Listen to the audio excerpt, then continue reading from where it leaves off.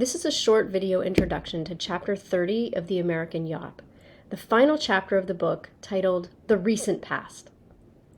So we've gotten to the point in this semester in which they're writing about things that you have lived through. And as I've worked with this online free textbook over several years, not surprisingly, this is the chapter that changes the most. I hope you'll think about the degree to which this narrative resonates with your own experience. Where does it match up? Where does it not match up? The current version of Chapter 30 opens with a photograph and opening description of the insurrection on January 6th, 2021, and storming of the Capitol to interfere with the certification of the 2020 election. That short description of what the chapter calls, quote, perhaps the greatest assault on the American federal government since the Civil War, quote, ends with the reminder that, like all events unfolding in our present and around us now, those events are rooted in history. This is one reason why our study of contemporary American history is so important, because it can provide historical perspective on even surprising, unprecedented, and disorienting events. Some things we might see coming from a long way off, building up gradually over time, or even having a sense of inevitability about them. Other events shock us awake or provide sudden national focus.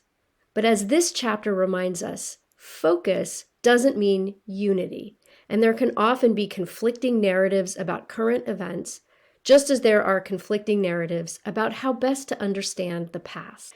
This chapter really seems to be split up into three phases.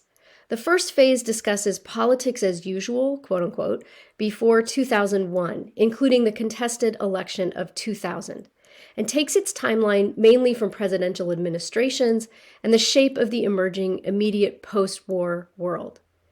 The next phase of this chapter discusses the events and legacy of September 11th, 2001. It notes a sudden necessary turn toward foreign affairs, toward conflict, and toward international intervention for regime change, all under the umbrella of what George W. Bush termed the War on Terror. It talks only a little about the domestic effect of that war, primarily paying attention to international relations, and again, the narrative is top-down heavy. The last part of the chapter covers from the Great Recession in 2008 forward.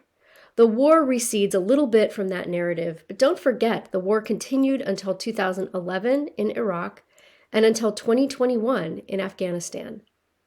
The American conflict in Afghanistan was the longest war in American history.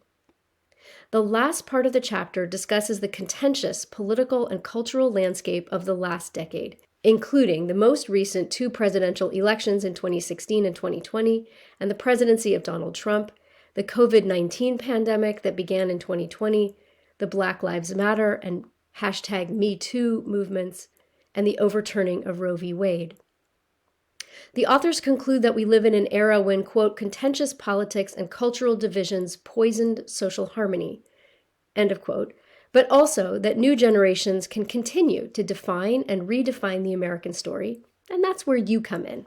One takeaway from this course is that I hope you feel a sense of ownership and not just spectatorship when it comes to recent history. You get to author that history in two senses, both in doing and being part of the events that historians later describe, and in influencing how that story gets told. So as you read this chapter, what did the authors get right? What did they miss? What would you want them to include in the next digital version? And what will you contribute to the ongoing American story? Chapter 30 of The American Yawp.